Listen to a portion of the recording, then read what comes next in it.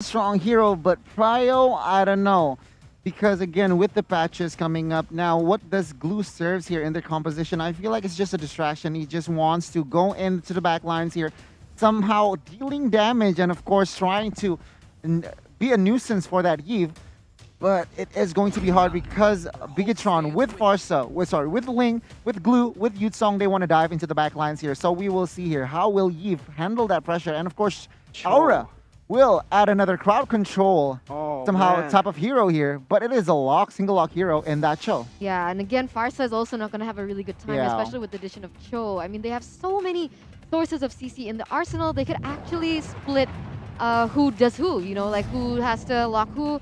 And if they can actually translate that into the game, that's going to be a very simple winning condition that Aura Fire has. And from the side of Bigetron, I don't know. Miracle, what do you think? Yeah, personally for me, I'm going to have to really lean on Aura Fire in this game, personally, because I feel like they have the better composition, I feel. They have every single hero to counter every single hero from BTR. So, based on the draft, I'm going to have to say Aura wins it. But Eterna and Goni, the draft is only something that we can discuss on paper. We're gonna have to see how the players play. Every single hero, the execution is going to be the most important thing in the game. Will it be Bigetron Alpha winning it out finally here and taking the game in game number 3, taking the match as well? Or will we see the full reverse sweep happen from the side of Aura Fire? Yeah, that's definitely the question. And Key, being Key, is doing what he does best. He loves to go really aggressive into the jungle of the opponents, and that's exactly what he's doing. He's trying to buy time, trying to prevent High from scaling even further into the early stage of the game, knowing that he does have the early game pressure. And Key is actually synergizing quite well with the Jawhead, but it's going to be interesting to see how much of an impact he can actually have, knowing that the Cho is already also imitating that sort of style. Yeah, I feel like in the early game here, both teams just wants to delay the jungler's rotation. But of course, they really need to calculate well. I really want to point out that High and as well as Max using the same emblem here. So already, I feel like the meta has shifted. No more killing spree. Yeah, both of these junglers have opted to go for the jungle emblem here for faster clear instead of the killing spree that gives them a little bit more sustain when they do go for these fights. So will this actually also mean that Bigetron Alpha and Aura Fire, these assassins, won't be as ham as they used to? You know, they won't really want to go for those crazy outplays, crazy engages 1v5 anymore. I mean, that's exactly what we saw from the playstyle coming in from High on that Ling as well. So maybe that's exactly what is happening with the shift in meta. But now Max on this Ling is actually able to take a lot of resources on the board, being able to still farm very well, not being shut down by anyone per se. Yeah, Matt in the 1v1 against Kabuki uses the Petrify and will be able to win out in that trade. Regeneration has already been popped in the top side though. Aura Fire has gained control, has the pressure in this turtle. Key going in for the ejector onto Facehugger. Feather Airstrike as well onto Facehugger. And actually that's going to be a kill picked up out of nowhere. First blood presented to you by the Samsung Galaxy A series as High Hope goes in for the Retribution. Will be able to pop it away. Repo brings High back with a split. Renbo's instantly there with a follow-up and that might be another kill. Key gets it with the ejector. Fluffy and Godiva looking to do what they can, but Bigetron Alpha have picked up 2 for the price of a single turtle. Repo pops in a split once again, but Facehugger is there to zone away the members of BTR. Max, though, already with the rotations bottom side. Kabuki needs to be very careful here. Yeah, the thing is, what we didn't see in game number 2 is Kabuki being really behind in lane, and that's exactly what is happening. I think Bigetron Alpha... Oh, but wait a minute! Yeah, Godiva gets a Tyrant's Revenge on to Max. He goes in for the Tempest of Blades, will be able to get away, but that was a very well-timed run for the side of Aura Fire. Unfortunately, only getting the gold buff in return. Okay. Yeah. Theoretically, I feel like, of course, Cho against the Yutsong, it is going to be hard because why? Yutsong has that extra left and puff. Spellbam, oh, take a look at top side. Yeah, completely just chaining their CC. Unfortunately, not enough damage because it is a glue in that goal in that XP lane. Not a lot of damage, a lot of sustainability though. The thing is, Bigetron Alpha, they've really registered how scary the side lanes coming in from Aura Fire is, right? Kabuki as well as Fluffy made a huge impact. Oh, my God, the pickup potential coming in from Bigetron Alpha is also something that Aura Fire needs to take into consideration here. Yeah, Bigetron Alpha Key on this Jawhead, like I said, is his signature pick, but they need to be able to do... He was such a nuisance, but now that he's on this show, he's actually going to be kind of behind in terms of lane rotations, and it's going to be interesting to see if he has the same impact that he had in that previous game. Absolutely. Aura Fire now in towards that top side. Both of these teams want to contest for the turtle that has spawned now. Haido, oh my god, he's out of position. That's going to be the unstoppable force locking him down. Goldiva misses for the Tyrant's Revenge, and that might just be the pressure from the side of Bigetron Alpha to pull him back. Goldiva is going to get pulled back, and that is Renbo picking up a kill. Look at how Max is playing as well. He's just going in and distracting the other members, where they're going to be getting pickoffs all over the map. Kabuki goes in for the way the dragon onto Key, but it's not going to be worth it. Renbo will be able to zone him away, and Matt will be able to turn and take the scraps away. That is 4-0 for Bigetron Alpha. What? Holy moly, what's a game plan there from, what a setup for the preparation there from the side of Bigetron Alpha. And RFI cannot find compensation. Take a look, gold now is almost 2K, and they seem to struggle to find a good setup here from side of RFI. And of course, in a bit, Matt will claim bot side and more aggressive rotation here coming from the side of Bigetron. Yeah, I mean, like I mentioned earlier, it's going to be very difficult for Aura Fire in the early stages of the game, especially with so much pickoff potential into the hands of Bigetron Alpha.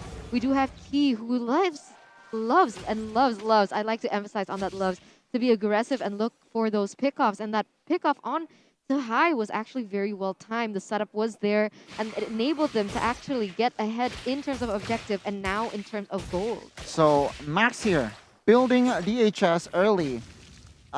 Understanding, of course, Fluffy and Godiva might be his problem, but take a look. A fight might be brewing here in the turtle, but I feel like Aura Fire, they really need to just choose their battles here. They are behind. They are behind significantly, but the thing is, if they go for these crazy team fights, they might just be able to do it. Oh my god, Max with the retribution has just been on point here today. Hai is going to get ejected back to the team. Feather Airstrike will not be able to land onto anyone, but Repo will be able to bring Godiva back. A little bit of a miscommunication as Bigetron do not want to look for more. Demonic Force has been popped. Fluffy can go on to Max. He goes in for the Finch Boys. Perfect timing, and it's all a bait. Fluffy gets ejected to the backside, and now it's going to be Matt joining with the re-engage. Black Dragon form going to be used. Fluffy's going to get picked up on the other side right here, but he still will not be able to get taken down for now. What the heck is going on? Bigetron Alpha are playing this like monsters. Matt still surviving, but in the end will be taken down, and Hai picks up a double kill here in the 6th minute of the game. Every single member are screaming right now on stage, and I'm getting the adrenaline rush. Instantly traded back. That's exactly what Aura Fire really needs to do. But as we're going straight into the game after that technical pause, we can already see a lot of HP has been chunked off that mid-side turret. So Aura Fire already looking for some compensation here. Yeah, and all right, man. Honestly, right now, I do want to ask you this, Gani. Jungle Emblem or Killing Spree? Personally, I still like the Killing Spree, but I do understand why the Jungle Emblem is popular in demand, because it's a faster wave clear. For faster wave clear, for faster rotations, when you want to set up turtle in the early game, it might be able to help you. And I feel like it's still a 50-50. I really need to research more, but I'm still leaning towards on that for that Killing Spree emblem. All right, so you prefer the Killing Spree still, or a Fire? They're looking for the conceal play here. Nope, just going to maneuver around the map, using that conceal additional movement speed to get to their positions here. As Godiva is already charging in the Tyrant's Revenge, won't be able to connect. Key will be able to get the ejector onto Godiva. Hai jumps in onto Key. Tyrant's Revenge will not be able to connect as the unstoppable force was just timed perfectly, but it is going to be a pick off for the side of Aura Fire. Hai picks up a Killing Spree, and in the end, it is a turret in the bottom side traded for that kill. So Bigetron Alpha still in the lead. Godiva channeling in, waiting for the right moment, going in for the Tyrant's Revenge, as that's going to be the follow-up from the real world manipulation. But the airstrike has already been popped as well. Repo using the split to buy a little bit more time, but both teams just backing away. Bigetron still with the 1.8k gold lead. Yeah, still sitting very comfortably as well, as it seems like Aura Fire, every time they want to go for an engage, the Feather Airstrike is becoming quite annoying now. But Godiva, oh, a little bit of disrespect as something might be brewing. Yeah, Key jumps in with Unstoppable Force. We'll be able to get the ejector onto Godiva, and they all collapse right now. Tyrant's Revenge going to be able to connect onto Repo. That's only the tank. They do not want to go for this, Matt. Jumping in onto 3 members. He's going to be able to bait high all the way backside with a Furious Dive as well. Unable to connect. Both teams going for the disengage once more. No fight just yet. To see, even with the patch that actually nerfed the glue, Repo is actually still being able to put a lot of impact, especially in team fights, being able to zone members away from the side of Aura Fire and actually being able to give them an upper hand in terms of team fight. But now, Bigetron Alpha, it seems like they want to be looking for something. There is Ling already splitting around the map, and I think they want to be setting up for this next Lord. I think this next Lord is going to be very important, as it will be able to give them a bit more edge and pressure to take these next objectives on the board. Kabuki, though, still leading in the player gold, presented to you by Livin by Mandiri with 6.5k.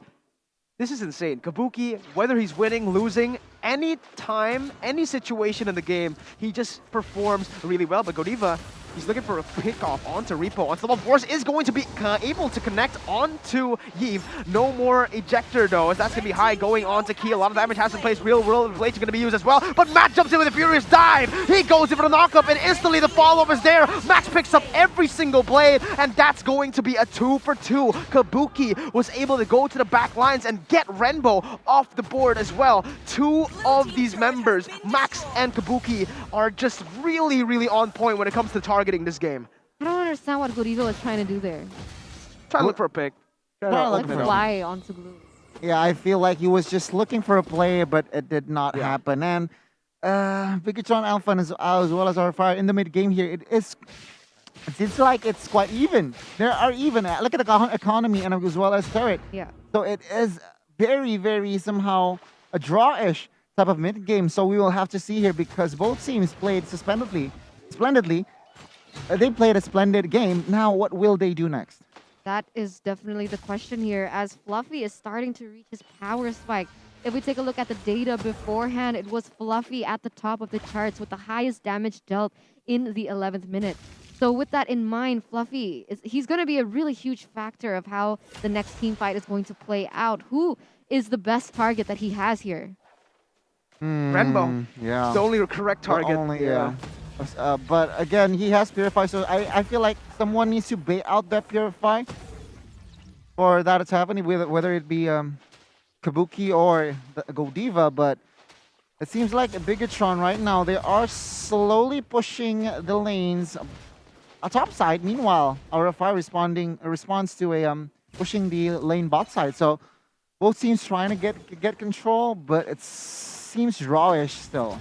Yeah, 11 minutes in. It's time for you guys to go and order grab food with the MPL ID X grab promo. And topside, Renbo is going to go in for a 1v1 against Kabuki. He's still going to be able to use the G-Kundo to get out of that situation. But Max, he's chasing him down. Tempest Blade is going to be used, and that's going to be the kill. Picked up high now, going for the re-engage. Real world manipulation with Godiva going for the Tyrant's Revenge. Will be able to knock 2 down. And that is an amazing play from Aura Fire to take them down and to take the lead in the gold.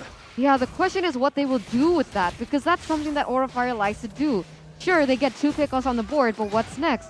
They go on to Repo, take the blue buff, and now they might be heading for the Lord. I think that's the wisest decision that they can make right now.